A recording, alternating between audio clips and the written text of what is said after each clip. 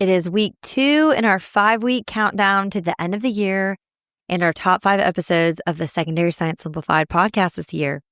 I always love when I review the stats to see these top 5 episodes and when I see that a guest episode made it into the top 5 most downloaded.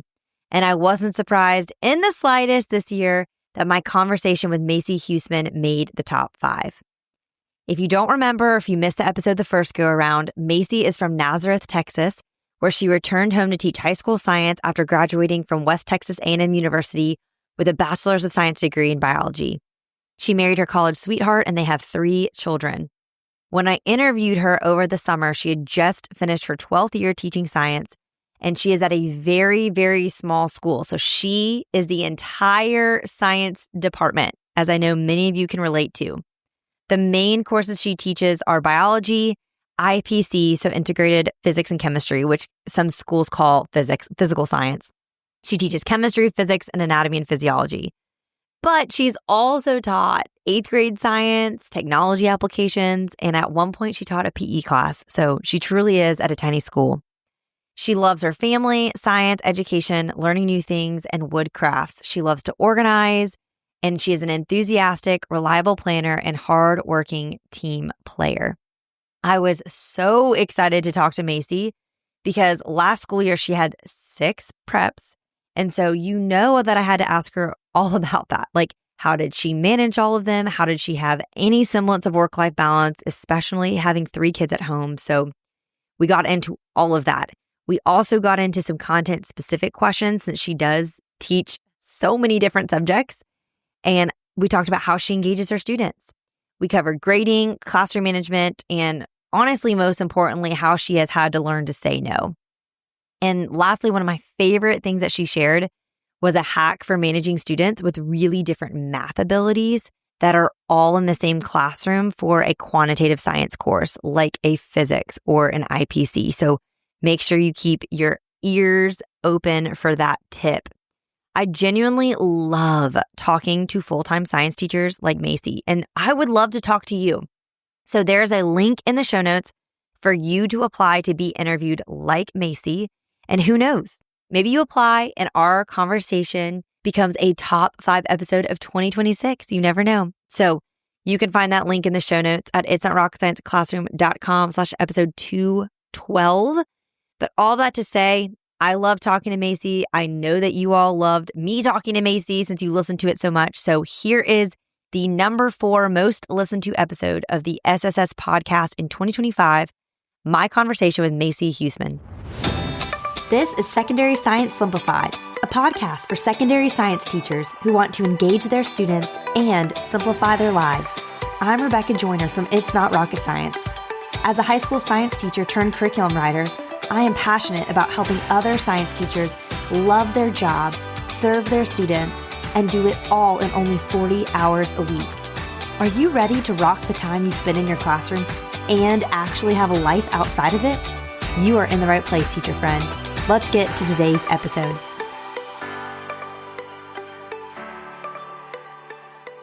Hi, Macee. How are you? I'm good. How are you? I'm so good, and I'm so excited to talk to you because I feel like we have a lot of common experiences with your teaching and being basically your entire science department. Yes, exactly. I'm so excited to be here. All right, well, I know you're going to offer so much to listeners, so let's just dive right in. You've taught so many different things, but you said in your application biology was your favorite, so I'd love to kind of hear why you feel that way. Yes, biology has always been my favorite subject. I loved biology in high school, and then it was my major in college, and now it's just my favorite subject to teach. I just love life science. Mm-hmm. I love knowing what we came from and how everything works together. I guess I'm a nerd because I just think cells are so cool. Like, I think when you really start to learn what just one cell is capable of doing, it's just amazing. It really blows your mind. Yes, it does. Yeah. I think my favorite concept in biology would be like genetics. I think genetics, they're like predictably unpredictable. And I kind of like that puzzle aspect of it. I love heredity and teaching like all these patterns, but then being like, well, everything there's an exception. So then the kids are like, what the heck? Yes, exactly. But I'm like, if that is so the nature of science, it's not even funny. Like we have Right. patterns, but then there's always outliers and exceptions and all those things. Yes, exactly. Okay, well, since you love biology, I have to ask you because there are a lot of people listening who are not biology people. They're more physical science or more quantitative science based, and so they get landed in biology and they're like, "This is boring." Because I do think the life sciences tend to lean a little bit more lecture heavy or direct instruction heavy, and so how do you handle like direct instruction? How do you balance not having too much lecture? How are you engaging your students when there is a lot of content in biology, whereas something like physics feels more skills based? Yes, I would agree with that. So this is actually something that I struggled with for a long time because I could lecture about biology all class period every day. Because if you love it, it feels exciting. Like it doesn't seem Yes. boring. Yeah. Yes, but the kids don't think so. So I think it's important to give them something to like break up that lecture, whether it's like a practice question built in or like a turn and talk, something that they can like digest, like let that information sink in. Because there's also a lot of big terms in biology. And so we really need to like get it to where the kids can understand that. So I like to give them something to think about to like break the notes or the lectures up. And then some days we just have like a really short lecture or just like 5 minutes of notes and then like a lab. And the kids really love the labs, the hands on. But I also try to really have structure in my classroom. I think when the kids know what to expect, then they feel safe and they learn better. So if they know like it's lecture day or it's lab day, I think that helps them too. Do you keep an agenda on your whiteboard? No, I try to like structure my weeks similar. Oh, so what does that look like?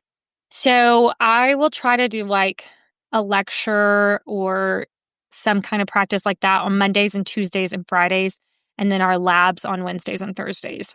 I love that. I love a rhythm. So that's awesome that Yeah. works for you. So, a natural thing that I think all students experience, especially adolescents, but I think it's grown so much in the post pandemic years, is just like the level of apathy and a general like lack of excitability. And I feel like every teacher who emails me or reaches out in my DMs is asking about that. So, I just love to hear from other people and give other people. I like to make other people's voices loud too. So I would love to hear from you so people can hear it from someone besides me. How are you exciting your students and getting them to care? And maybe if they don't care about biology or whatever you're teaching, at least like engaging in it if they don't like it. I think you're right. This is so challenging in today's world. I mean, with cell phones, they have instant entertainment at their fingertips. So like that makes it real hard to like entertain or excite them in the classroom. So I definitely think the best way to do that in the classroom is hands-on learning. In physics, I have like a real big 6 weeks project at the end of the 6 weeks for all my students. And then like since I'm in a small school, I have the same students from freshman year to senior year. Oh, So these underclassmen are getting to see these big physics projects be built every day. They get to see these big roller coasters when we're learning about energy transformations. And then that's something that they look forward to. And of course, they want to do it bigger and better than the class above them. So I have to change the specs a little bit each year to keep it challenging. But I try to do some big fun labs that those kids can see, that are left out on the lab table and they can look forward to that. I also think it's important to keep the labs or the projects exciting and relevant to what's interesting to those students. Some labs are just important to do each year. We need to learn how to use a microscope and look at a cell through a microscope. But some labs can be tweaked to the interests of the students. And I feel like that helps a lot when they can relate with it. absolutely. I love what you said about kind of looking ahead because when I taught at a private school, I had them 8th, ninth, 10th grade, and then sometimes for AP Bio, like when they were older. But I'll never forget my ninth grade biology always has ecosystem in a bottle. And when my 8th graders were ninth graders and I went on maternity leave, it was right before ecosystem in a bottle. And they were like, are we just not going to get to do it? Because we've been looking forward to this. And so I had adopted my oldest, so I wasn't like physically recovering. And so I came in when he was like 4 weeks old and I wore him in an like a little, baby carrier. And I was like, we're doing ecosystem in a bottle. Cause like It's true. They look ahead and they're like, it's my turn to do Yes. the big roller coaster lab or whatever. Yeah. And if I change something like for the lower classmen and they get to do a project, like my older students are like, hey, how come we never got to do that? You're like, sorry, I'm coming up with new ideas. Yes. Back off. Okay. So you mentioned when you were talking about apathy, just like the cell phone thing. And I know it's like so over. We talk about it all the time, but it really is so true. Just their brains have changed because they're so used to instant gratification. And I think that makes them less resilient. But speaking of the cell phones, what is your cell phone policy? Like, do you have one or how do you manage that? So our school has a cell phone policy that I followed for years. I didn't love it, but it worked. It was fine. They're not allowed to have their cell phones on in the classroom. So if they go off, we take them up and turn them into the office. Mm-hmm. And then a parent has to come pay $15, I think, to get their phone back. Which is so private school coded. Like my private school did the exact same thing. I'm like, if they had tried that in my public school, like that just I that know. won't work. I think since we're such a small school, we can get away with it. Right. But this year, I actually changed it up a little bit. I have like a filing cabinet right by the door when they walk in the classroom. And so I just told them, when you walk in the door, you're putting your phone up on that filing cabinet. And then, it's out of sight. Like, I'm not going to touch it. Nobody else is going to touch it. It's just fine right there. And like my biggest class size this year was 19. So it wasn't a huge deal. And there were a couple other teachers that were doing that same procedure in their classroom too. So the kids, they took to it really well, which I was worried about. And, at first, just that metal filing cabinet and those phones, the notifications, it blew my mind how many times those phones were going off in class. On your metal filing cabinet, just buzzing. Yes. And I was like, no wonder y'all couldn't focus on anything. Because, even when my watch goes off, I'm like, what is, it's just right there. Let me I'm like, see. oh, my sister just did a workout. I'm like, didn't need to know that information in this moment. Exactly. And that's what they're doing. It's in their pocket or whatever. They can still feel it vibrate. And so then I had to change it up, put some fabric down so that didn't make so much noise. And if one would ding or something, I just ignored it. The kids got to where they ignored it. And so they knew for 50 minutes, I'm not going to have my phone and it's going to be okay. And it really went over very, very well. That's awesome. So what happened if you ever did find them with their phone? What did you just go with the school policy? Then I went with the school policy. Okay. That seems like a good compromise. I told them if it's up on the filing cabinet and it goes off, we're going to ignore it. But if it's in your pocket and it goes off, I'm taking it. Yeah. And so they did really well with it. I was shocked at how easy everybody adjusted to it. And then how the focus in the classroom changed when they didn't have that on their person. It's so true. Okay. Let's switch gears back to the content. So this could be biology related or really any subject since you have so much experience. Is there a concept you're like, I feel like I teach that really well or maybe in a unique way? And if so, would you share that with us? So like I mentioned before, I love genetics. And I've always heard this saying, when teachers love to teach, students love to learn. And I can truly see that during my genetics unit. I love all the sciences. I'm a big nerd, but I enjoy genetics the most. And so I can see my students learning faster and enjoying it more, just like I am. Mm-hmm. I love protein synthesis. I love genetic coding. It's that puzzle aspect of it. And then I guess that's why I like genetics so much, just Punnett squares, codon charts. And so I think that's a real fun unit to do. When we do Punnett squares, I try to do something completely random, like Minion genetics or Harry Potter genetics, something crazy, but we can still apply the technique and use and practice it. That's so fun. I feel like there's always good ways to bring in pop culture there too. Yes. Okay. Any must-do lab recs, ones that you feel have a great ROI or return on investment? Because I think a lot of teachers, especially those who are listening who relate to you and are I have so many preps, labs are really overwhelming. So they want to make sure the ones they're doing are really worth it. Yeah, I agree. I think your Stop the Spread lab is wonderful. My students love doing that. It's just fun. Their faces light up when it turns pink or not. They love to see who's infected. Yes. Who did it? Who started? When we trace it back, they're like, of course it was you.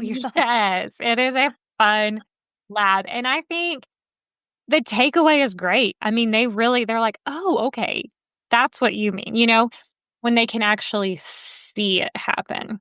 That's how I feel about the antibiotic resistance one with the beads. Like, it's not Yes. as salacious as the fluid swapping of the stop the Right. spread, but they actually understand. Like, it's such a clear visual of like, oh, look what happens mathematically if you Yes. don't do this. And, I do that with both my biology and my A&P class. Yeah.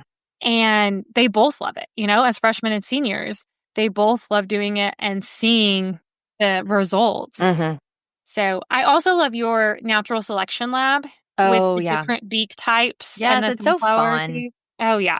We move all the desks and they get on the floor and It's just so perfect for like freshmen too. Like yes, mine always fell in the spring. So it's always like, we're all getting a little crazy. So this is a perfect time to just get rowdy in class and they love yes, it. exactly. They do. I think they get a lot from it.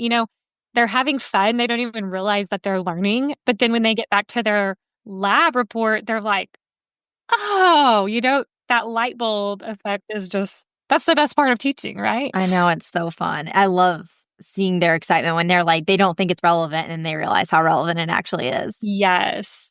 In IPC, your candy labs, there's several different ones, Uh-huh. but they get to have candy in class. So Uh-huh. they're like, this is awesome. I know, I laughed because when I wrote my chemistry curriculum, I realized at the end of it that in my stoichiometry unit, there's literally 3 different instructional resources that involve eating something. And I was like, I guess we're just gonna eat our feelings this whole unit. But like it That's all just kind right. of that's how it came. And so it worked out. But I'm like, you know what? It is like that is such a simple way to engage students with food. And it really is like so fun. It is. They love it. Even if you have to buy a couple special lab things or whatever, go to if you need to go to a cafeteria to do it because you don't want to do it on your lab tables, like, Yes. think it's Yeah. worth it. Any just executional tips for lab days to make them go a little smoother? I know you don't that's like one of the give or takes. Like, I feel like when you're at a small school, you have a gajillion preps, but you at least have smaller classes typically versus larger school, you may have less preps, but you have like 30 people. So yours may not be as crazy when you have smaller classes, but any tips just for making lab days not stressful? Yeah. I would say just being organized. And sometimes that's hard, but it really makes a huge difference. If you can prep early, like if you can plan a week in advance and make sure that you have everything for that lab, I'd say that's huge. There's nothing worse than like trying to get ready for a lab the morning of and you're like, oh my gosh, I don't have what I need. Right. So I think if you could prep early and plan to make sure everything's there, then the day of it just kind of makes things flow easier. The other thing I would say is put it in the kids' hands, put it in the students' hands, like give them clear instructions ahead of time, like what you expect, and then clear instructions for how to clean up. Mm-hmm. That's the worst part is like you have to clean up everything.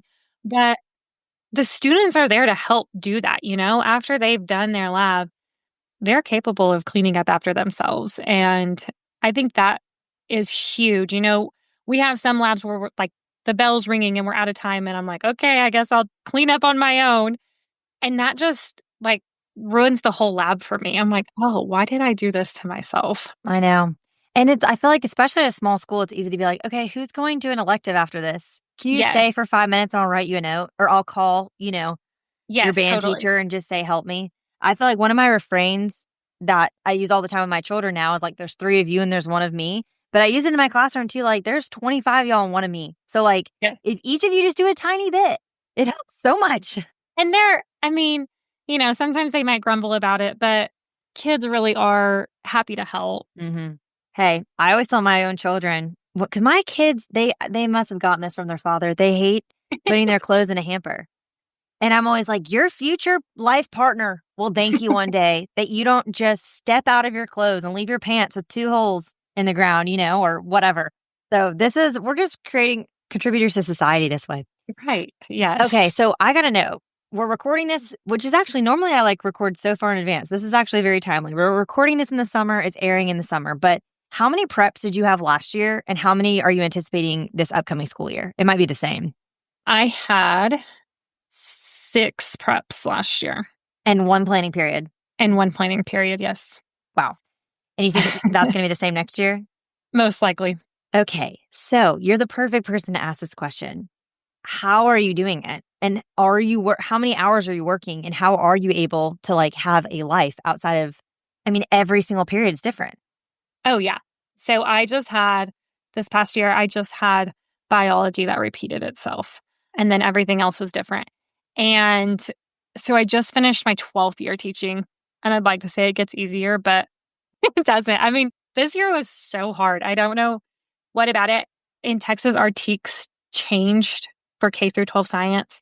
And I don't know if it was that or this year was hard. Work life balance is hard.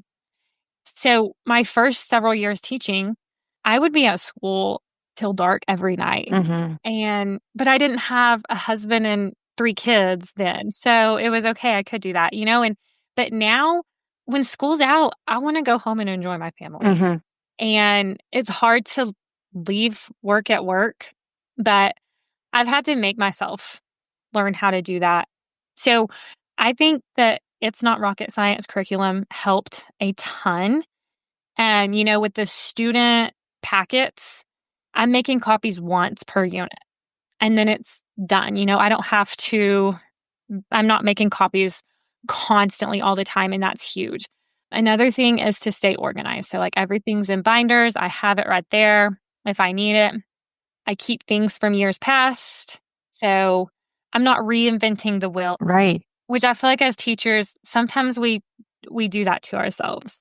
So I try to not reinvent the wheel each year. Just use what I have done in the past, maybe tweak it a little bit. And one thing that's really hard is I can't let myself procrastinate. Like during my planning period, I have to work. Like sometimes I feel like I need that sign on my door that's like, please do not enter. I have no self-control and I will talk Right. to you. But I have to like bear down, make myself work during my planning period so I don't have to do it at home later. I know. I used to literally turn the lights off and I had my desk like kind of in the furthest corner from the door. So you had to like really look hard through the little tiny door window to see if I was there. And I would work in the dark because the hardest thing for me was like students would go to the bathroom right by my classroom and then just like pop their head in and say, hey. Yeah. And I'm like, get out of here. Go to your English class, Yes. Okay, but what about grading? Because that's so many preps. How are you managing the grading? That's hard. I've shortened a lot of my assignments, so it's not so much grading. I typically have a student aide. And so if it's something that's like multiple choice, and I've been really fortunate with my student aides too, that it's somebody that I've had and it's one of my top students. Right. So I can trust them and be like, okay, you've had this, you know what you're doing. That helps me out a ton. I don't know that I could make it without somebody helping with the grading. I think student aides or teachers aides or whatever you want to call them is like the greatest hack for admin. That's like free ways to help your teacher. All you have to do is like put this program into place. And once it's in place, it just runs. Yes. It's great. Best. Another thing is like Google Forms. If you can put the answers in where it grades it for you, that's huge. In biology, I try to have more writing because they have writing on their STAR test. Right. So that takes a little more time. It's just another thing that I cannot procrastinate on. If I just do it, then it's fine. But, sometimes I'm like procrastinate a week and then it's all built up and it is bad. So that is truly the worst. Okay. So you mentioned your STAR exam, which also you said TEKS. I have literally said TEKS in my head for the last 10 years that I've been reading the Texas Science Standards. So that's fine. Wow. Okay. So TEKS, you learn something new every day. Also, it's so funny you said the thing about the changing standards because I feel like when states rewrite standards, it's always like a 3 to 4 year process and then different districts start at different times. So I'm like, I feel like I have heard about these new standards for so long. I'm like, oh, so we're finally doing them. Awesome. Yes. Yeah. I think they actually were adopted in 2020. Literally. People be like the new ones. And I'm like, are they new from that? And it's like, oh, no. It's the same ones. We just, last year was the year we had to implement them. Yes. So. Well, and that's why I'm always, if you're listening to this, I always I'm happy to read anyone's standards, but I'm always like, please send them to me because you may just refer to TEKS now that I know how to say it. But I want to know which TEKS are we talking about because some districts are still behind or whatever. Or you say the new TEKS and I'm like, The 2020? Anywho, Yeah. okay. So you have this end of course exam, though, your STAR exam for biology. So I would love to hear how you mentioned there's a lot of writing on it, but how else are you reviewing for it? Are you trying to leave in like buffer periods for it at the end of the year? Do you do some like review as we go, or how does that work? I truly believe in spiral reviews Mm-hmm. all year long. I'll teach the first week of school, we're starting spiral reviews. What did we talk about yesterday? And then as time goes on, what did we talk about yesterday? What did we talk about last week? What did we talk about last month? So then when we get to April, right before the STAR test, it's not like I'm pulling like remember way back in August, Totally. but they've seen it all throughout the year because of those spiral reviews. And then I try to leave about 10 days before the STAR test to review like one topic per day. And I just have like a big spiral review over that topic. And then I do that on Google Forms. So I get instant feedback and I can grab that student right away and be like, hey, let's look at this question right here and fix that misconception right away. And I feel like we can get through that in those 10 days. So this year, I just felt like my kids were super prepared for the test because of those spiral reviews. It helped them so much. And I had 100% passing rate. So, That's awesome. yeah, I truly believe those spiral reviews throughout the whole year are huge. So are you taking out time? Like, when would you be integrating those? Or is this just kind of like a casual, it's like a rhythm in your classroom. Like, it's just, we're always talking about it. Or are you doing it like after every unit test? On lecture days, I have a warm up, and then the warm up is like a spiral, is where the spiral review is. And then we'll lecture, and then we have like a quick exit pass, which is just over what we talked about that day. Okay, awesome. And then are you using the test that came with the It's Our Rocket Science Biology curriculum for your units? Yes, Do you use the cumulative sections on those, or have you had to beef those up, or have the cumulative sections been helpful for the retaining the information? they have been very helpful. Because that's another thing I tell people all the time. Like, biology builds so easily, but if you can just keep testing them too on it, I think. Oh, and that's why I like to have the biology test separated. I don't do this for every curriculum, but I like biology separated by concept. So then it's really clear for those end of year exams. Yes, Like, these are the exactly. topics you like did great on the cells test, except for cell transport. You clearly didn't know that, Right. It's so much easier to kind of. To see that data, to get that data and see where they're at. Yeah, I agree. Okay, that's awesome, though. I'm so excited for your 100% pass rate. That's great. Okay, do you have any good like classroom management techniques or hacks? Structure. Mm. I It's think so true. structure is so important. My first year teaching, I heard at a workshop, I heard somebody say, like, structure is where it's at. Like, let these kids know what is going to happen when they walk into your classroom. And I've kind of lived by that. They feel more comfortable knowing what is going to happen. And I think they learn better. It also helps me to Yeah. plan and prepare. And it helps me to stay organized and keep my brain organized. Yes. And I think that's the ultimate thing. If the teacher is on track and not stressed and flustered, the kids won't be as much either. Well, and you're so right. They like know what to expect. Like, I think back to when I was in high school. You knew which classes you were going into that were just going to be a joke or that you could like goof Yes. off. And you know the ones that you have to take seriously. And it's all about how they set the tone. Oh, yeah. And I'll talk to other teachers and they're like, oh my gosh, this student, and I'm like, they don't act like that in my classroom. But I think it's the structure. I think they know that I'm strict. They know they're not going to get by with it. And they know what to expect. Like, oh, today's lecture day, today's lab day. I think it helps tremendously. That's a good tip too. Like, if you feel like you're struggling with a student and someone else says they're not, like, go observe that teacher and see what they're doing differently or Yeah. how they're, engaging with that student. I think you can learn a lot from other people. Okay, you mentioned you teach anatomy and physics. So I had a couple of like very niche questions that anatomy and physics teachers sent me. So I wanted to ask you. So first, in anatomy, do you teach landmarks on bones or origins and insertions of muscles? It takes so much time, this teacher said. And are there other things you skip so you have more time to kind of cover all the systems? So in my anatomy class, these are all seniors that we have in our anatomy class. Very first day of school, I just sit down with them and I talk to them like, what is your plan for your future? Like, what are you thinking about going into college to do? Why did you take A&P instead of another science course that you could have taken? And I try to get the feel for them.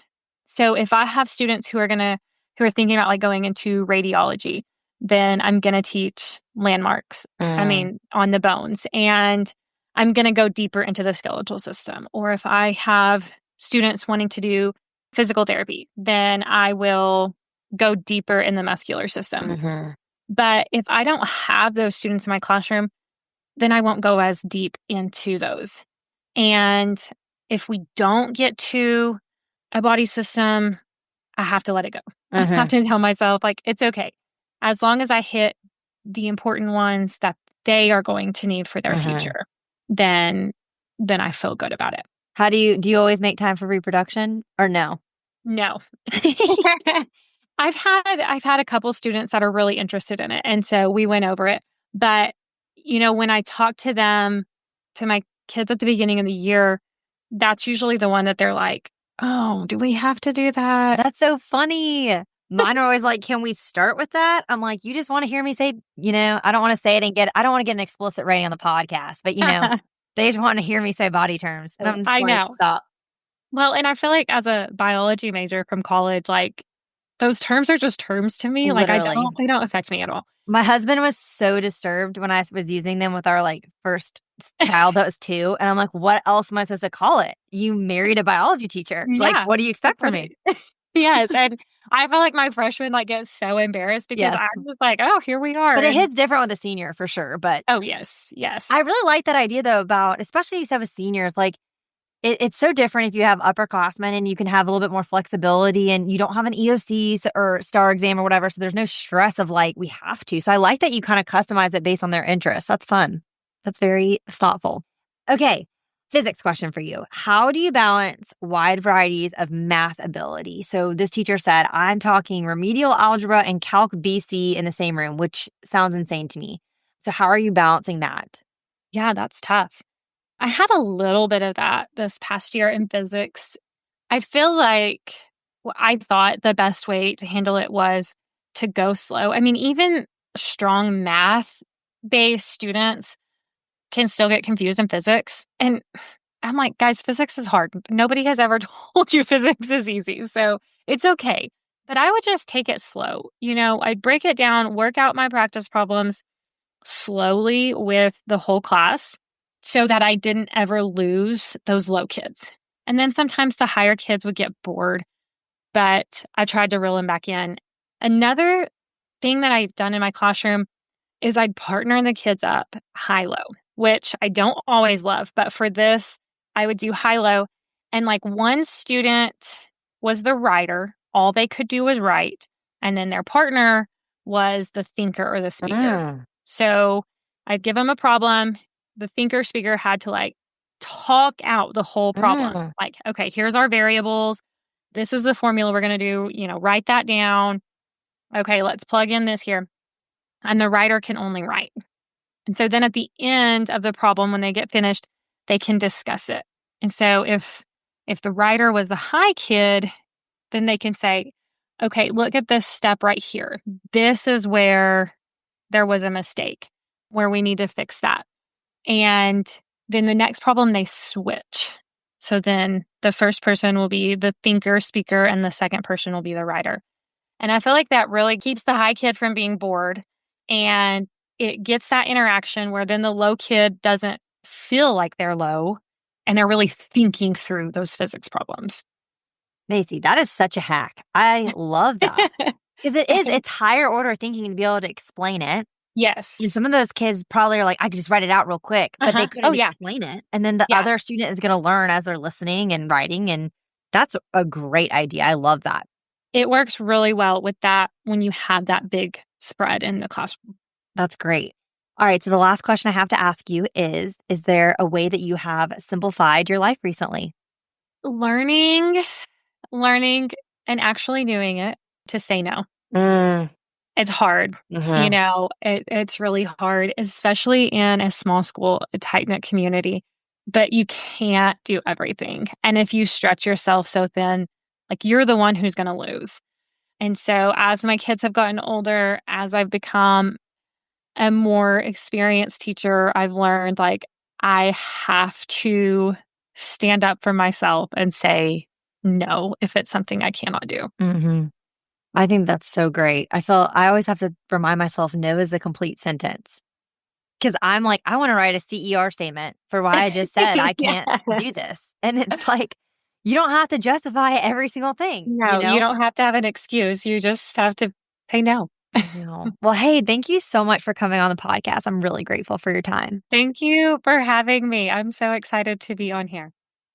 Thank you so much for listening to today's episode, which was the number 4 most listened to episode of the podcast in 2025. You can find the show notes with all of the links mentioned at itsnotrocketscienceclassroom.com/episode 212. That's 212. And there is a link in there in those show notes for you to apply to be a guest yourself next year on the podcast. I would love to talk to you. If you have not left a review for the podcast yet, I would love to hear from you. If you do not follow me on Instagram, I would love for you to follow me at its.not.rocket.science. I'm so close to 10K there. I really want to hit that by the end of the year, which is the 10-year anniversary of It's Not Rocket Science. You can follow me on Teachers Pay Teachers. We want to hit 10K followers there too. It'd just be fun to hit these 10,000 numbers on year 10. So if you have enjoyed this free podcast, if you've ever enjoyed an It's Not Rocket Science resource, I would love for you to follow me all those places and leave a review for the podcast. It would mean so much. All right, teacher friends, that wraps up today's episode. If you're looking for an easy way to start simplifying your life as a secondary science teacher, head to itsnotrocketscienceclassroom.com/challenge to grab your classroom reset challenge. And guess what? It's totally free. Thanks so much for tuning in, and I'll see you here next week. Until then, I'll be rooting for you, teacher friend.